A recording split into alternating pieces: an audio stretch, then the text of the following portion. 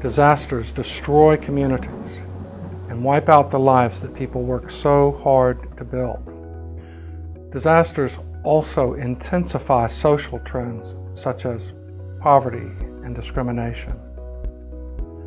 A hurricane's winds and storm surge may last just a day, but our state still struggles with a far greater disaster, a man-made disaster, our legacy of slavery, racism, and discrimination that now spans almost 2 centuries.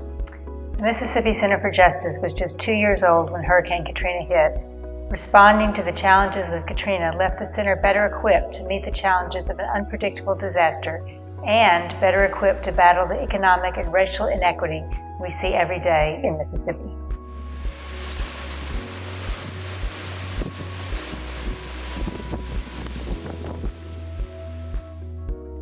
The Mississippi Center for Justice and its partners formed a medical legal partnership to provide free legal services to people living with HIV.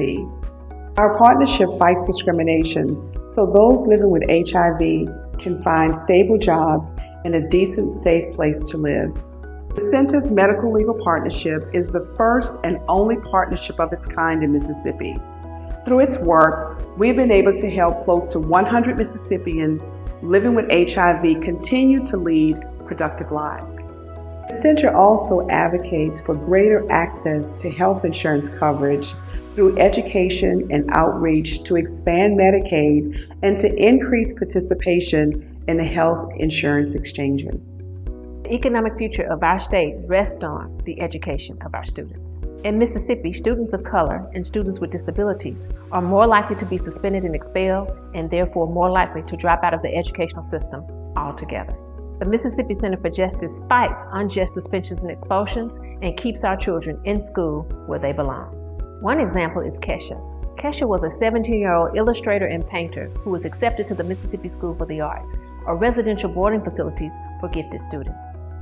Kesha was also a student with an emotional disability that began to manifest itself once she got on campus.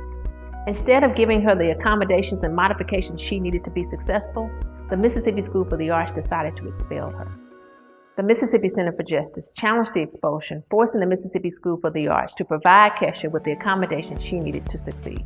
As a result, Kesha has since graduated and is currently pursuing a college degree in the arts field. As a lifelong resident of Mississippi, I've seen how predatory loan companies destroy thriving business districts, lower property values, and harm Mississippi families. These predatory lenders target the most economically vulnerable people by locating check cashing and title loan companies in communities of color. One example of this is Ellis Avenue in Jackson, Mississippi, where there are 17 payday lenders in a 4-block radius. This cannot continue. MCJ developed an alternative to payday lending called the New Roots Credit Partnership. New Roots pairs employers with financial institutions to create small dollar loans for employees that participate in the program. The employer hosts a financial literacy workshop for employees taught by the financial institution.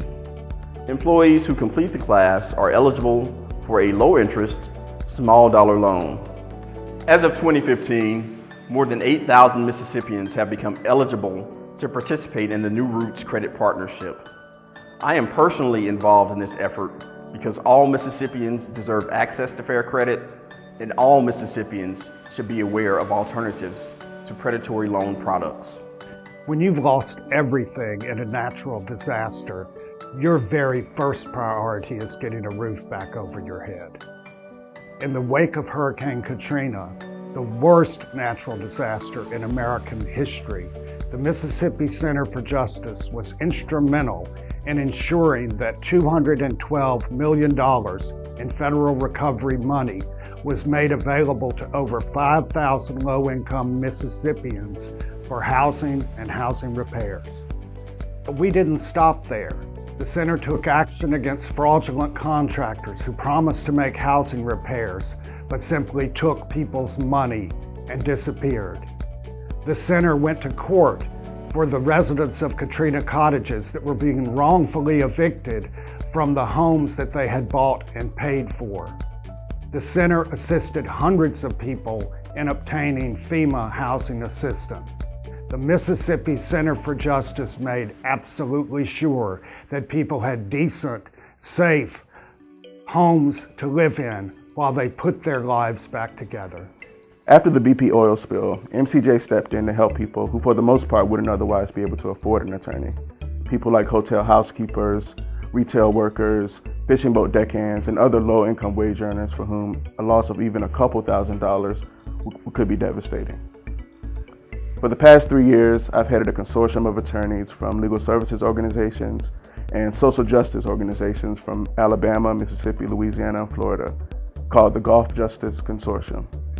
The consortium was formed to provide pro bono assistance to impacted Gulf Coast residents.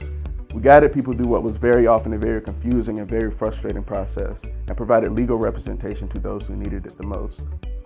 The consortium provided assistance to over 10,000 claimants and brought over $15 million back into Gulf Coast homes. I'm very proud of the work that the consortium has done. One of the most rewarding moments of my career so far was when I was able to place a check for about $11,000 into the hands of one of my clients. He was a janitor at a restaurant that just never recovered after the loss of revenues caused by the spill.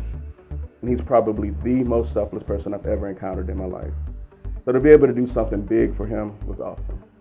Moments like that one are what make me proud to work for the Mississippi Center for Justice. Civil legal aid enables people to achieve their potential, whether it's recovering from a sudden disaster or overcoming systemic racial and economic injustice that still cripples progress in our state. That's why the Mississippi Center for Justice is here, to be a source of strength against those headwinds.